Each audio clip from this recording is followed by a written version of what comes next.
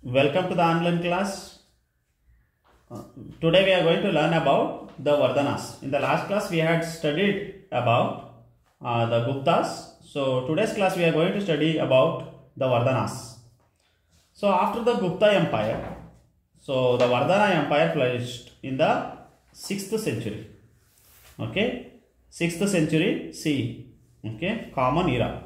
Many small kingdoms sprang up during this time, and the kingdom of Vardhanas was one of them. So these Vardhanas, they started to rule from Taneshwar in the 6th century, and some copper inscriptions and Harsha's Bana Charitra, Harsha Charita Bana, and the Chinese traveler Yuan Sang witness to this period. And Pushyabhuti is the founder of this dynasty.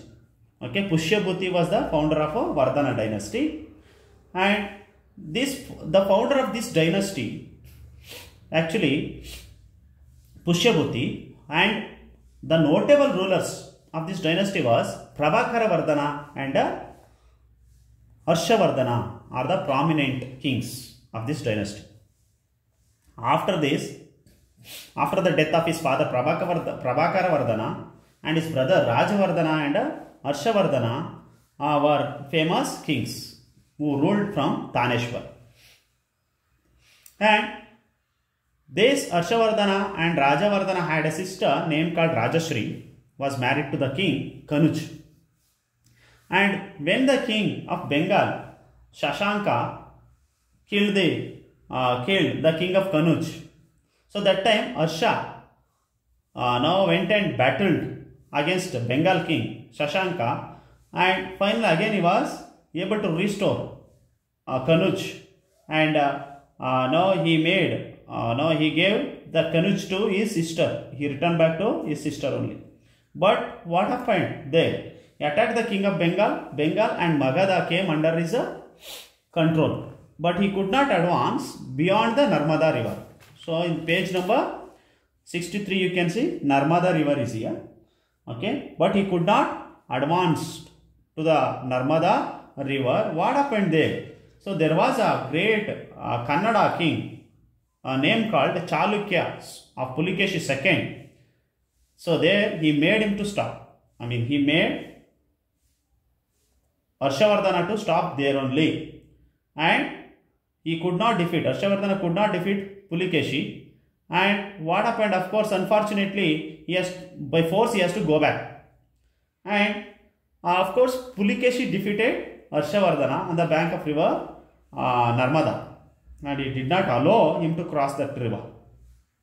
And we can understand that Pulikeshi has been immortalized in the Prashasti. So there is one of the Prashasti written by the court of Ravikirti. So that is explained how he has faced Pulikeshi, how he has faced Harshavardhana, and he has expressed that exaltation of the king, Harsha's joys had dried up on account of this defeat. It means in that inscription it tells about Harshavardhana's joy has really dried up after the defeat by the hands of Chalukya Pulikeshi II. And if we understand, there was a great university named called Nalanda.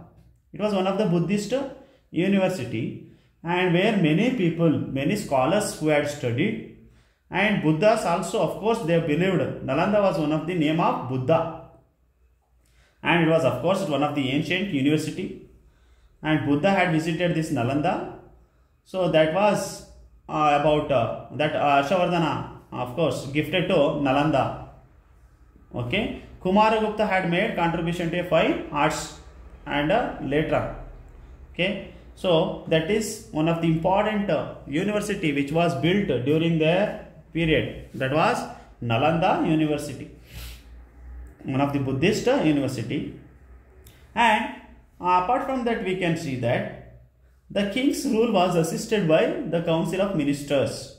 Here, the king was guided by the council of ministers, and Mahasandhi Vigraha, it means in the administration we can see there was different divisions in the administration.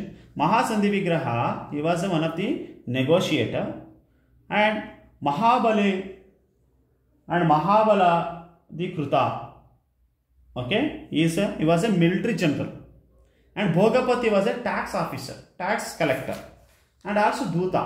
So like that, so there were different officers were there in the kingdom of Harshavardhana, and the kingdom had been divided into provinces. Okay, we can say that provinces means the entire state divided into provinces, or we can say that different states like that. And land tax was the major source of income during their period, and feudatory chiefs were providing, or the feudatory chiefs used to pay to the king, and the king, of course, they used to, in return, he used to give some land to the chiefs as a grants. Okay, and of course we can see that there was good armies were there. Okay, so when the king became weak, the feudatory also became an independent. Yeah, it means once the king becomes weak, and another small kings used to started to rule, and land grants were given to other communities and religions as well as. Okay, apart from these feudatory chiefs, they also used to grant some of the land to the religious purpose, especially to build temples. Harsha gave prominence to Buddhism. We also get details popularity of Buddhism from Yuan Sang. Yuan Sang was one of the Chinese traveler who had visited during the time of Harshavardhana. He has given information about Harshavardhana, how much he has contributed to the religion, as well as to build some temples as well as university. Okay, and the Buddha, and we can see that the Buddha Nalanda University was full activity during this activity during this period was enjoying patronage. It means this Harshavardhana, he followed Buddhism, and at the same time he gave importance for religion also. He has given a lot of contribution to build the university as well as to the temples. Okay, so that is about Harshavardhana as well as the Vardhana period. And here we can see some of the exercises are there. Okay, complete the given sentences by using suitable words. Please read the textbook carefully. Okay, each and every line is very important, and please go through and remember the literary books. Okay, so that it is definitely going to be helpful for the exam purpose, and at the same time please read the textbook 2 or 3 times so that you can understand fully, and please remember some of the difficult names.